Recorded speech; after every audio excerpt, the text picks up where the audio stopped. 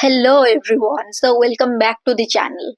And today we're going to dive into the world of 18th century English novels and explore how this period gave rise to some of the most influential works in the literary history. In particular, we'll look at four key writers who each contributed something unique to the development of the novel, and these writers are often referred to as the representing the four wheels that helped to shape the modern English novel. And by the end of this lecture, you will understand the foundation role that these four wheels or these key novelists played in the evolution of the novel and how each of them brought a different element to the literary form. So, before diving into the names or about the works of this novelist, we are going to know why this is named as the four wheels of the novels. So, in the context of 18th century British literature, the four wheels of the novel can be understood as the key elements that were foundational to the development of the novel during this period, as we know that in the 18th century the novel developed.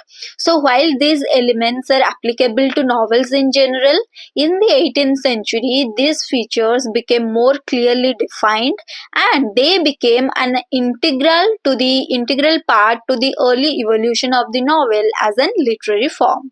So here is how the four wheels can be applied to the 18th century British novel before knowing about the four novelists.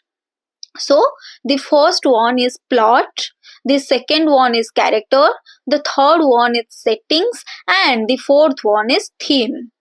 So now let's learn something more about these four wheels. We'll learn in briefly. So plot in the 18th century, the plot of the novel became more structured and focused on everyday life, and authors began to move away from the episodic, sometimes fantastical narratives of earlier forms like romance or allegory towards more realistic and continuous storylines that mirrored the moral and social concerns of the time. Next, let's move forward to the character.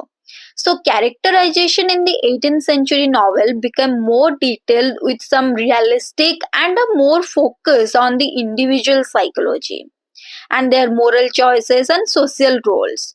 So, characters were depicted as complex with their actions that they often serve as a vehicle for exploring the social, moral, and personal issues of that time. So, this is all about the character, and the character is the heart of the novel. So let's move forward to the settings. So the settings of 18th century novels often depicted contemporary society. Those move away from the fantastical or historical settings that were common in the earlier work. So the social and geographical context, those were important in reflecting the realities of the time. So settings become more important, or the it has the key character that plays a crucial part in a novel. Now let's move forward to the last wheel, that is theme. So the themes of the 18th century novels often revolved around personal morality, social mobility, class dynamics, and the individual's relationship with the society. And the period also, the 18th century period, saw the rise of themes such as virtue, marriage, and the consequence of sin, and the rise of the middle classes. So before diving into those four novelists of the 18th century period, we must know how their work was based upon how their work reflects the 18th century period or the 18th century period characteristics. So now let's first talk about Daniel Defoe, the first novelist of the Four Wheels, or the first member of the Four Wheels novelist of the 18th century period. So Daniel Defoe his works were mainly focused on plot and realistic narrative. So let's begin with Daniel Defoe. So Daniel Defoe is a pioneer of the modern novel, and his most famous work was Robinson Crusoe, which was published in 1719. And his work is often considered as one of the first novels in English literature. So let's learn what makes the Robinson Crusoe so significant. So Defoe's key contribution was his focus on realism and individualism. And in Robinson Crusoe, we follow the detailed first-person account of Crusoe's survival on a deserted island. So Defoe's writing is full of practical details from how Crusoe builds shelter to how he learns to manage resources. So one of the most famous line from Robinson Crusoe was, "I was in complete darkness about the next step in my life. But I learned to be my own master, to rely on myself." So the plot of Robinson Crusoe was very simple. Like the plot is a Crusoe is stranded and he must survive, but it is detailed, practical journey that makes it so captivating. So we learned that one of the most famous work that made Daniel Defoe as the famous novelist was Robinson Crusoe, which was published in 1719. So now let's move forward to the second novelist, that is Samuel Richardson. So Samuel Richardson's novels mostly focus on characterization and morality. So we have Samuel Richardson here, and his works were Pamela, which was published in 1740, and Clarissa, which was published in 1748. So these works were introduced to us as a new depth of characterization that has new depth of characterization and moral focus in novels. So Richardson's novels were written in the form of letters known as the epistolary format. Remember, epistolary format is where the novels were written in the form of letters. And this epistolary format allowed the readers to delve deeper into the characters' inner lives. And this gave the audience a chance to experience the emotional and moral dilemmas of the protagonist in real time. So Richardson's character, particularly the female protagonists like the Pamela, are tested in their virtue and moral integrity. So the novels are often centered on the theme of virtue rewarded and Pamela's steadfastness to her morals despite the challenges that she faced, which ultimately leads her to triumph. So, as I already said, a quote from the or a line from the Robinson Crusoe to show the how the plot works in his works. And now I'll take a passage from Pamela's letter to that she sent her to her parents to show how the characterization and morality works. So, in the letter, she says that I am in a very distressing situation, but I know my virtue will eventually lead to my salvation. And this passage or these lines delve deeper into the psychological exploration that is a part of what makes Richardson's novels stand out, and his characters that are not just figures in a story, they are real people with real moral struggles. So this is all about Samuel Richardson and his famous works that are wrote in the epistolary format. Now let's move to the third novelist, that is Henry Fielding. So Henry Fielding's works focus on social satire and the characterization. So next is our Henry Fielding, who was known for his bold social satire and vivid characterization.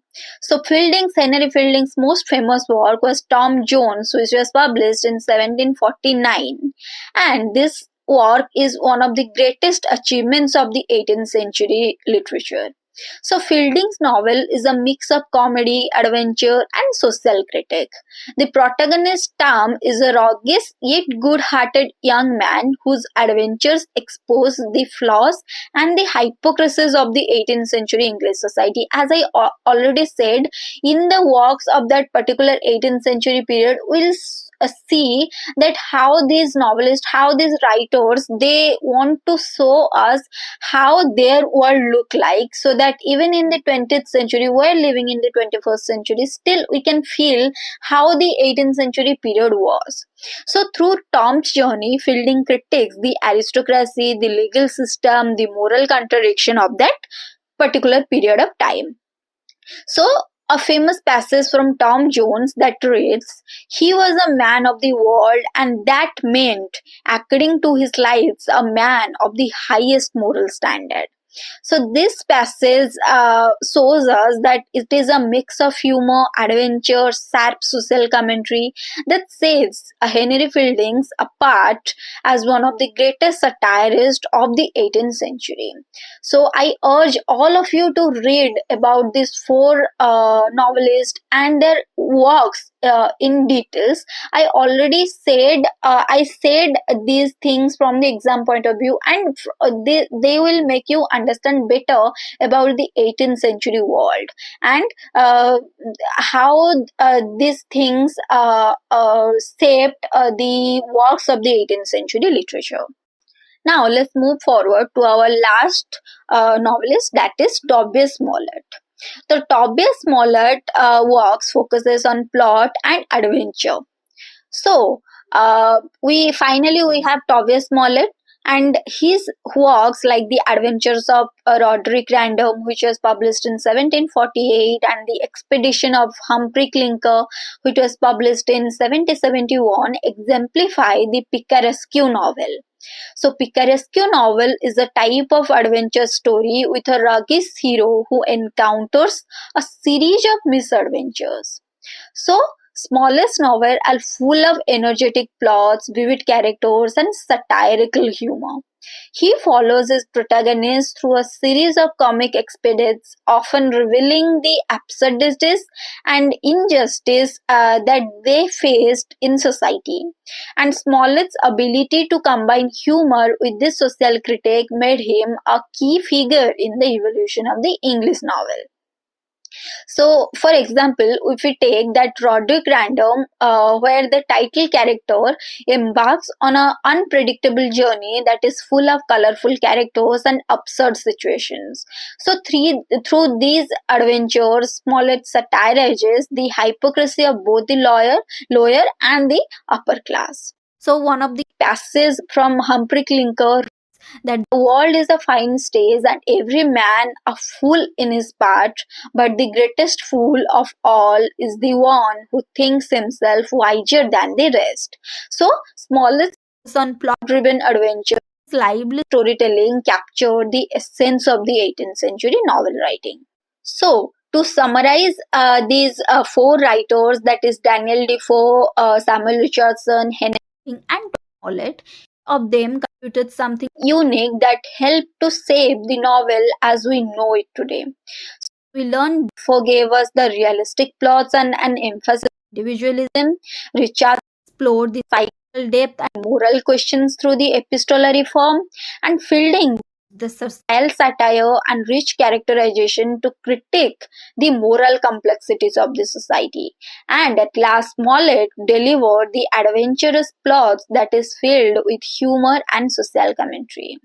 So together, they all laid the foundation for the novel as a literary form that blends the plot, characterization, social critique, and adventure into a genre that continues to evolve.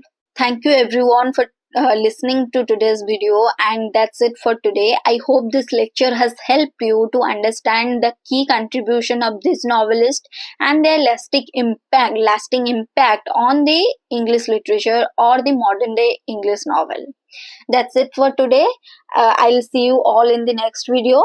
And if you all liked today's video, please don't forget to like, share and subscribe to the channel, and share it with your friends so that they'll also know and understand about the 18th century novels and the famous novelists.